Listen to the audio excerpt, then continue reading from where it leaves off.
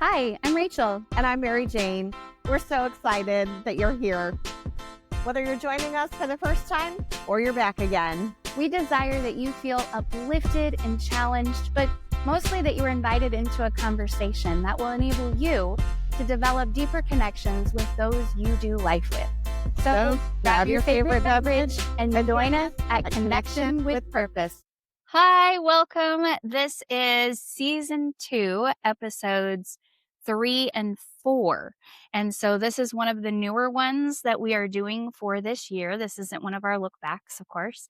And we are talking about being intentional. And before we jump into the passage, what has been on your mind lately? work, school starting. I teach as well. So I have a project instead of teaching a class. I have a project that I'm working on this semester. So that's kind of fun. I have been trying to be intentional about carving out time to work on it so Yeah. that way I'm not What am I doing? the last minute going, oh yeah, I got to get that done. Yes. So I'm trying to be intentional about time and scheduling out blocks of time to work on it. That's smart. I scheduled out blocks of time before the year first started, and I had everything ready to go. And technically I had things ready to go for the whole month, but then I realized not too long ago that I didn't have the entire month completed. So my brain was like, oh yeah, you already did that. No, you didn't. So it's important to make sure that there are set times and not just one. But I do tend to do that. Like I'm like, focus, let's get all this done in this block of time. And then you can go about whatever you have for the rest of your day. For me, what does the future look like? This has been a lot for our family personally, and it's been fascinating because it kind of like aligned with this whole study, which of course God, right? Mm-hmm. And His timing. yeah, exactly. Because we picked these topics a long time ago. In fact, this was chosen last year, Yeah. like 2024, so almost 2 years ago. Yeah. And so, yeah, so there's just no way. And so it's neat to see that. But this idea of like, how do you set timetables on things? How do you know when to move forward with a plan and when you should pivot in a plan? And how does that work with what you know about God and how he works in your life? And so that really has just been what's been on my mind. And just again, what does the future look like? Because there are definite decisions that our family has to make. And so you just have to talk through them and make sure that you have the right plan. And I think the biggest thing, at least for me, especially, and I don't know if this is just the way I grew up or just because my parents made us think through situations, but I think in my mind, nothing is permanent.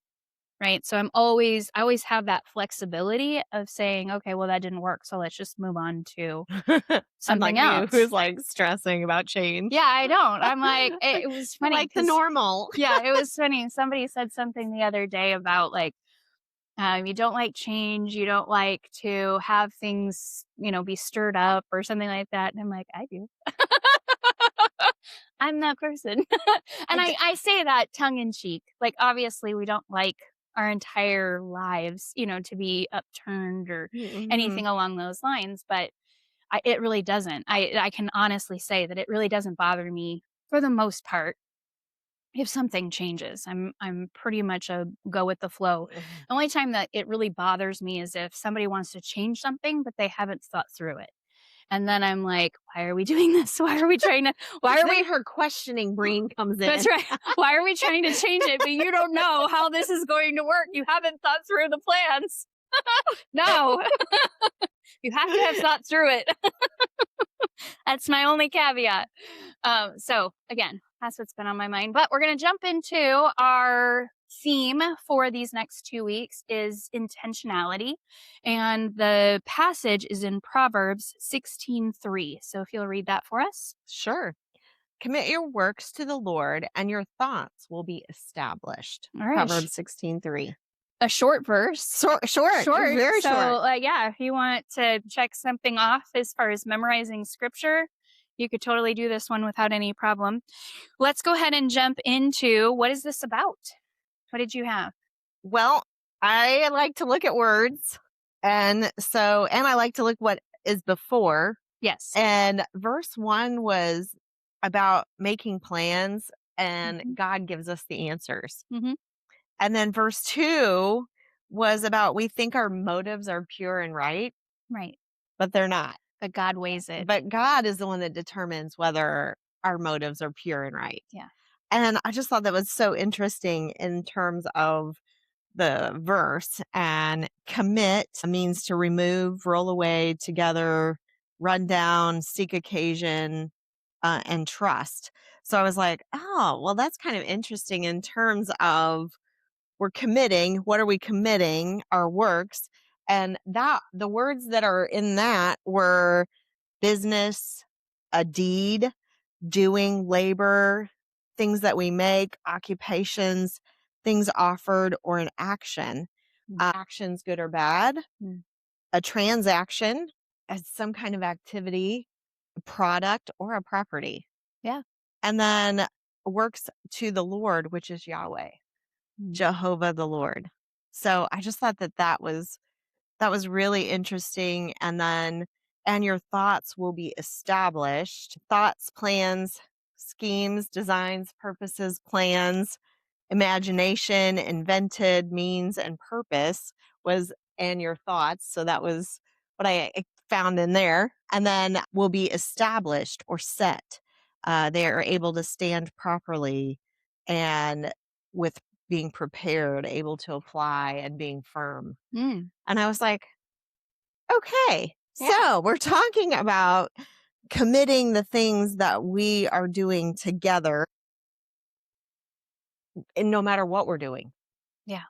no matter what we're doing, whether we're doing it at work, whether we're doing it at home, whether we're doing it for the church, no matter what we are doing, and that we are doing it to the Lord, and that because of Him, things are set firm. Yeah. For me, when I stopped to think about what this was about, the book of Proverbs in essence is kind of like a life hack, right? Like we talk Mm-hmm. about having life hacks all the time. And the book of Proverbs is that, I think, Mm-hmm. in essence. And so we have to remember that of course it was written by the wisest man ever. And he's trying to leave some of the most important things to his son, and consequently what God thought was most important for us as well. Mm-hmm. And so when you take that at its value, you can also take a look at when this particular verse, and when you talk about a life hack, I think you can say this is how you can have alignment. Mm-hmm. Right. And so it has this specific order of operations, if you will, for success and peace of mind. And it's so interesting to me because ultimately, and we'll talk about this later, but this idea of success, Mm-hmm. right? And how the world defines it and how we define it and how it can be different. But really, if you were to boil down to the heart of things, what do we want? We want peace. Mm-hmm. We want peace that everything's going to be okay with our kids. We want peace that everything's going to be okay with our marriage. We want peace that everything's going to be okay with our finances. We want peace that everything's going to be okay with our job and so on and so forth. And so that is what we search for at its core. And again, you had already highlighted this, but this idea of commit, in my mind, when I think I'm gonna commit to something, it's like I'm signing up for it, right? I said I was gonna do it. Yeah, I'm I putting it said in I my was gonna calendar do it. now. Yeah, so I've committed to it. But I love that the Hebrew word does have this idea of roll away. And so it's this idea of transfer, right? I have something that I'm trying to carry and it's so heavy, but I roll it onto somebody who can handle it. I roll it Mhm. onto somebody who's stronger than me. And so Wiser, exactly, stronger, yeah, I'm gonna all the take it things. off and say, "Here, I can't do this alone." And so I love that mental picture that it isn't just, "I said I was gonna do this," Mhm. because it has that connotation of like, "Well, I'm gonna do it. It's all on me. I have to do it." But really the verse is saying, "I can't do it. I cannot personally do it, and I have to give it to someone else." And so then, of course, if we do that, the promise is that God will bring to order our mental state or our thoughts. In this case, like you had said, plans, it can kind of be in that. There is a Hebrew word that I'm not going to attempt because I would slaughter it. completely. And but I it know, I didn't write that one yeah, down either because I was like, no." no." I was like, "Not." But it does. If you look up that Hebrew word, that is what that idea of thoughts are. And basically, it teaches the idea of stability, the idea of intentional. When we're intentional about something, it comes from a divine partnership, not through our self-reliance. Well, and it also talks about purpose. That word can Yeah. also mean purpose. Yeah. Like, our purpose is through the Lord. Yes. And so those were some of the things again that I got as far as it being about. Now for the songs this week, there were a lot of different ones about being intentional, basically laying our plans at the feet of God. That's kind of where I was going with it. And the song, it was very popular a couple years ago, but it's Control by 10th Avenue North. And so it starts off, here I am, all my intentions, all my obsessions, I wanna lay them all down. And it continues on, and the chorus is, God, you don't need me, but somehow you want me. Mhm. And so when you think about that element, that it again, it's a partnership. It's not a, well, it's all yours now, God. So I'm gonna check out and see you later. Let me know when that's done. But rather this, we're going to walk through this together. It just changes the outlook that you have in regards to it. There's another song that I put on there, and I will admittedly say I am not a fan of the sing, repeat over and over and over again. But this one, it was called Intentional. And so I was like, and it has a really good beat behind it, and the more that I listen to it, the more that I realize sometimes we do need songs like that in our lives because it does just again, sometimes we need to be hit with the truth Over over and and over over. and over, like, he's gonna work it out. Right. Like, he's got this. And so it is intentional, and so that's another song on the list that I also will say listen to, but listen to all of them, they're all good. And, we'll talk about another one of the songs that made the list in the next episode, but let's jump over to what questions did you have while studying this short passage, or again, the passages before or after? Well, I just thought it was very interesting. Like you said, wisdom Mm. is in here. And we tell our kids things over and over again and hope that sometimes something sticks. Hey. And I just feel like even though our because verse 1 talks about we make plans Yes, and it's us. and God gives answers to those Make plans. plans. And I make plans a lot. I'm a planner. I plan a lot. And so, but sometimes God throws little curveballs in there Yeah. occasionally, but he gives us answers for that. And sometimes we think our motives are right and pure. I just thought that that was Mhm. very interesting, but really God is the one that weighs that Yeah. because he knows our heart. Right. I would counter with, I it's not so much that our motives are right, that we think our motives are right and pure and somehow we can't trust it. I think that instead it's we want to do an action, and if you really were to sit down and ask yourself, is it because you want attention? Is it because you want this? And that's what he's saying here, is that you do. Like, I want to God wear my yoga knows. pants every day. No.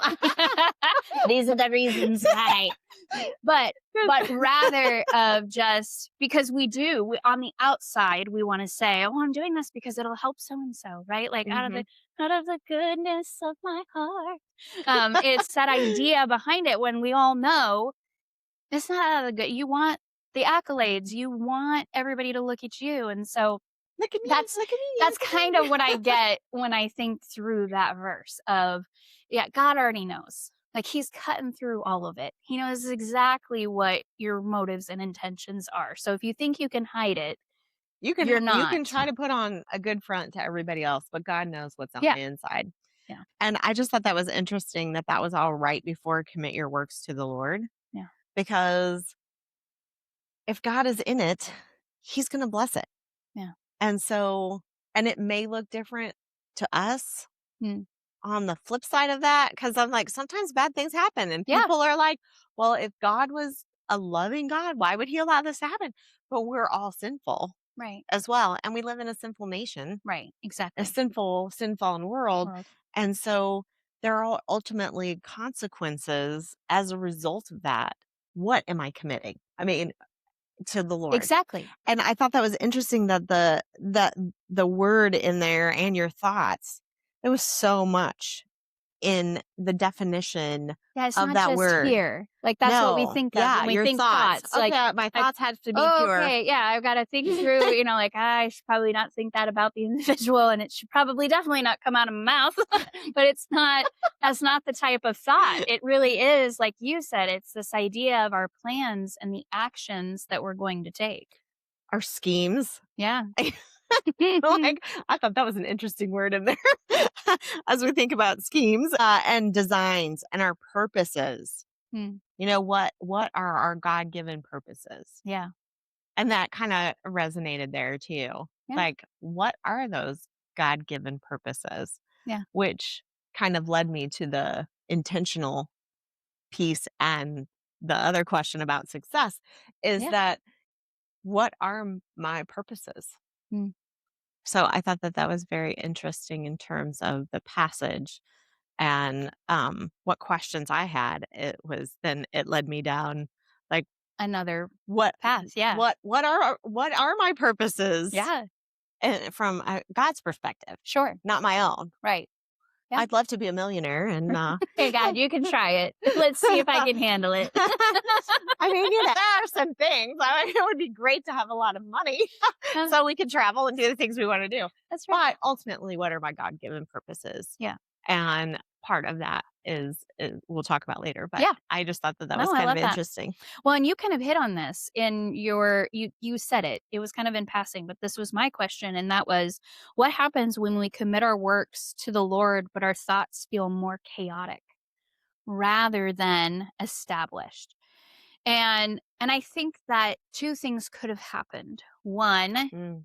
you didn't let go. It was a verbal, "Yeah, God, I really, really want this." It was And an in like the air high five. Like yeah, here like you go. yeah, exactly. It wasn't this transfer of I can't. Hmm. I cannot. Within me, I don't have the ability, so you're going to have to help guide. And so that could be one of the things, but I think the other thing is true as well, is that sometimes we do genuinely commit. We genuinely hand over, and then all of a sudden, we live in a fallen world, and there's other things that come into play that we didn't anticipate, that we didn't Hmm. expect, that we when we were going through again, I'm a planner, but I'm a planner for my plans. And so that didn't show up on our Hmm. bingo card. We did not think that was going to happen. That actually And happened to us. yeah, Like when I quit work and went down to 1 day a week or 16%, when Katie was little, gas prices went up to $5 a gallon. yeah. And it was like, oh, well, That was not on my we bingo no, card, we Lord. could. And then my dad had a massive stroke, and then Mhm. we were having to travel Yeah. to St. Louis. And I mean, the chaos that is Yeah. ensued after that. But it was God's plan for where I was supposed to be, but at the same time, it did create some It chaos. does, and I think that if we're not careful, right? If we don't speak about these things, then we can somehow fall on the other side and think, "Well, I just must be broken," Or I'm not right? in God's will. I Or misunderstood. right, yeah, like somehow I didn't have enough faith, somehow I didn't roll it enough, whatever the case may be. Roll away, roll And away. and I think that if we're that's where, where you if you're honest and you can say, "You know what? Something may have come up, but guess what? You still have the opportunity to roll that and say, "You already knew. Hmm. You already knew that this was gonna come and it feels chaotic." Like, and just speak that and say what it is that you're feeling. Well, and I think that goes back to Philippians 4:8. Yeah. Whatsoever things are true, Mhm. just, of good rapport, if there be any virtue or be any praise, think on these things. And sometimes our mind, Yeah. our thoughts, Yeah. part of our real thoughts, Yeah, yeah. turn things into chaos. Right? And sometimes, like you said, own it, Yeah. put it out there, give it to God. Yeah. But at the same time, I know I'm bad about this, like dwelling on things and like Mhm. replaying things over and over and over again in your mind. Yeah. but are we thinking on things that are true and just Yeah. and of good rapport and Do we need to virtuous do we and need to have an Elsa moment and just let it let go? it go? Let it go. No, that's For very real. true. Yeah, absolutely. And so we'd love to hear your questions and what you got from this particular passage. We are going to talk about our connection question for this week, which is, how do you define success in your life? So that's why we kept foreshadowing the success, because we knew that that question was coming up. And so for me, I put, by the number of times it's hard to breathe because you are laughing so hard. Like, that's what I put down. That is success, because ultimately, it doesn't matter how powerful you become, how rich you become. If it was all because you were just constantly striving and you never took time to appreciate what Mm, was around you, then honestly, the world may see you as successful, but did you really have a successful life? And I think when mhm, we look back and we see the moments that, again, just brought out this mhm. laughter and joy, and it can be because of something dumb that happened. Like, it doesn't have to be because of these great mountaintop experiences or anything like that. But I just think that when you surround yourself with people who, again, can laugh and enjoy the moments, that's when you have found success. So that's what I put. What about for you? I really wanted to put a Sunday school answer. We talk all the time. I'm like, don't do it. Don't do it. It's like the furthest. It's so easy to go with the Sunday school answer. Success is where. It's loving God, living for God, That's right. loving my family, and serving And those God. things aren't wrong. I just want to be clear. They're not wrong. It just, We just beyond have that, a sarcastic we personalities. do. We fully admit that. We do. But I think it's moments, like you said. Yeah. It's moments. What do we remember? And my husband and I have often talked about this. Like, what do you remember from growing up?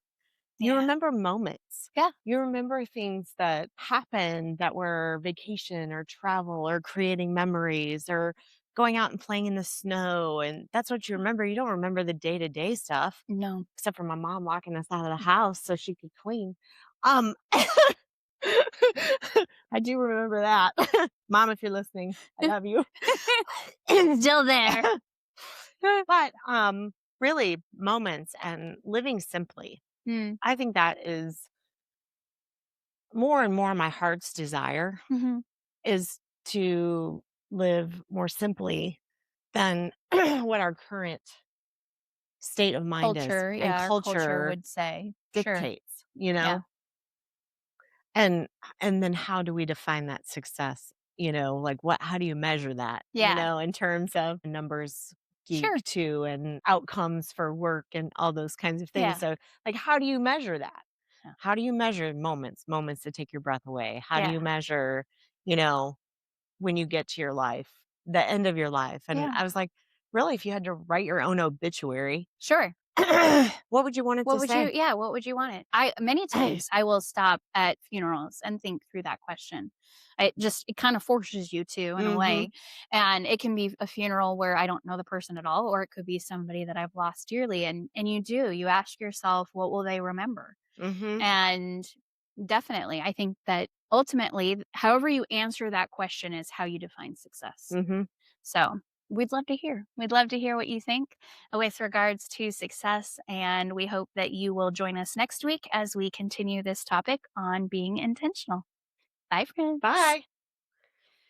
We hope you enjoyed the conversation and can't wait to hear more. If you like what you heard, be sure to subscribe, like, and follow us at connectionwithpurpose.com so you never miss an episode.